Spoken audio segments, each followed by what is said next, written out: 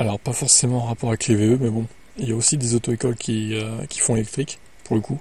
Quels sont les pires prénoms pour obtenir le permis de conduire? Alors, j'espère qu'il n'y aura pas de Thibaut dans le lot. Moi, j'ai eu du premier coup le permis de conduire à 18 ans, donc j'en suis pas peu fier, hein. Excusez-moi, au bout d'un moment, voilà, faut quand même le dire. L'auto-école a analysé les résultats de tous les candidats qu'elle a présentés à l'examen sur la période 2023-24, des chiffres pouvant être pris au sérieux puisque 2 millions de candidats lui ont déjà fait confiance depuis sa création en 2015. Donc c'est une auto-école en voiture Simone. Ça s'appelle, oui, c'est le nom de l'auto-école. Elle a ainsi pu identifier les prénoms présentant le pourcentage d'échecs le plus élevé. Petit détail sympathique afin de ne pas perturber les statistiques avec quelques cas isolés et non représentatifs, elle n'a retenu que les prénoms présentant moins de 30 tentatives. Et oui, certains sont des artistes de l'acharnement. Oh là là, comment tu peux passer ton permis 30 fois, quoi, déjà?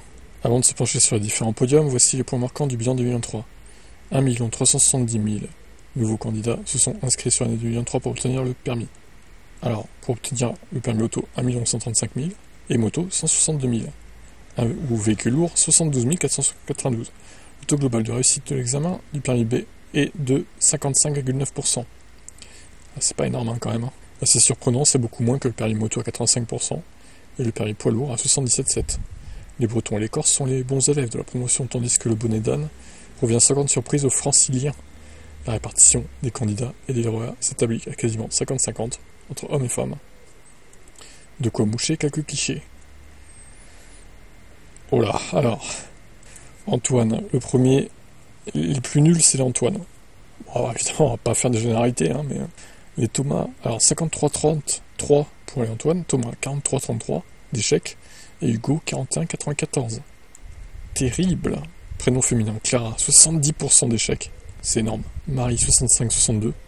Manon, 63,64% d'échecs. Alors, d'un côté, est-ce que c'est pas parce que aussi il y a beaucoup de gens qui s'appellent Antoine, Thomas, Hugo, Clara, Marie, Manon.